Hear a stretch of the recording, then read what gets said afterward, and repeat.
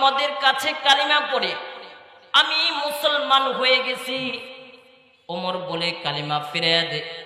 বোন কয় যেই জায়গায় কালিমার মহাব্বত ঢুকানো সেখান থেকে আর কালিমা বের হওয়ার কোনো সিস্টেম নাই।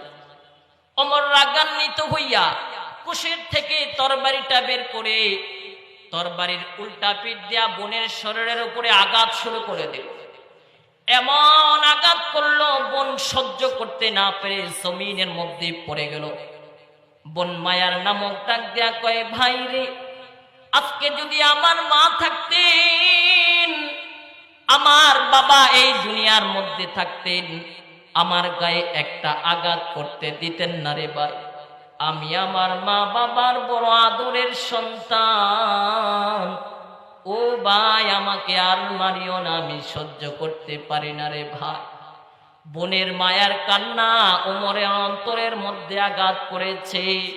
ওমর ডাক দিয়া কয় রে বোন, ঘরের ঢুকার আগে আমি কিসের আওয়াজ শুনলাম? ওমরের বোন ডাক দিয়া কয় রে ভাই, এটা তো কোরআনের আওয়াজ। বোন কয়, ওমর ডাক দেয়া কয় বোন, এই কোরআনটা আমাকে একটু দে, না হয় আমাকে একটু পড়ায়া দে। বোন বলতেছে তুমি তো মুশরিক বিধর্মীর, দ্রুত গোসল করে আসো, পবিত্র অর্জন করে আসো। ওমর পবিত্রতা অর্জন করে এই কোরআন পড়লেন। তাহা মা আনজালনা আলাইকাল কুরআনা লিতাশকা। সর্বপ্রথম এই আয়াত পড়লেন। ওমর এখন কোরআন তেলাওয়াত করতেছে, অন্তরের মধ্যে যে নেফাকি ছিল এই নেফাকি দূর হতে লাগলো। এক পর্যায়ে বোন কয়, বোন এই কোরআনটা তোর যেই নবী শিখাইছে সেই নবী না জানি কত সুন্দর, চল আমাকে ওই পয়গম্বরের কাছে নিয়ে চল। নবী এবং তিনার ভগ্নিপতি বোন সহ ওমর রাদিয়াল্লাহু তাআলা আনহু তিনার আত্মীয় স্বজন নিয়ে নবীর দরবারে রওনা হয়ে গেল। নবীর দরবারে গিয়া তরবারিটা নবীর সামনে রেখে কয়, নবী আমি আসছিলাম আপনার কল্লা কাটার জন্য, তবে আমার কল্লা কেটে ফেলেন, কাটার আগে আমাকে জান্নাতের বাসিন্দা বানায়া পড়াইয়া দেন লা ইলাহা ইল্লাল্লাহু মুহাম্মাদুর রাসূলুল্লাহ।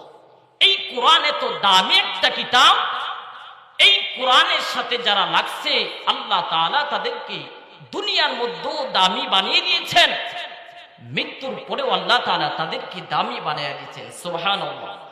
মৃত্যুর পরে আল্লাহ তাআলা কবর থেকেই তাদেরকে জান্নাত দিয়ে দিয়েছেন, কোনো হিসাব নিকাশ নাই। যারা রাসূল বলেছেন শুরুতে দুইটা জিনিস যারা মানবে, আমার কথা অনুযায়ী চলবে, কখনো তারা প্রদ্ভষ্ট হবে না, লাঞ্ছিত হবে না।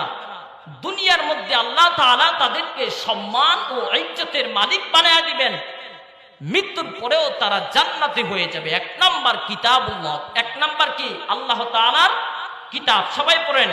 এক নাম্বার কি আল্লাহ তাআলার কিতাব কোরআন, দুই নাম্বার রাসূলের আদর্শ, রাসূলের সুন্নাত। আমরা যেখানেই নামাজ পড়ি না কেন, যেই জায়গায় থাকি না কেন, সময় সুযোগ হইলে আমরা